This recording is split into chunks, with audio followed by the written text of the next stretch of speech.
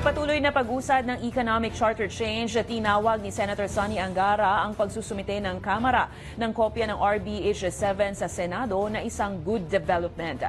Ayon kay Angara, mainam lang na maisumite muna sa Senado bago ito dumiretso sa Commission on Elections na una sanang target ng mababang kapulungan. Pero tiniyak ni Angara na pag-aaralan nilang mabuti sa plenaryo ang naturang panukala bago ito iakyat sa Bicameral Committee. Sa panig naman ng mataas sa kapulungan, inamin din ni Angara na pahirapan sa ngayon na maipasa sa Senado ang RBH 6 dahil tutol ang ilang mambabatas dito. Kumpiyansa naman ang senador na maipapasa ang RBH 6 bago ang ikatlong sona ng Pangulong Marcos sa Hulyo. Good. Okay, that's a good development. At least may movement on that part. Kami dito sa Senado, medyo pa rin, challenge makuha yung 18 boto. But ganun pa man, nag-hearing pa naman kami.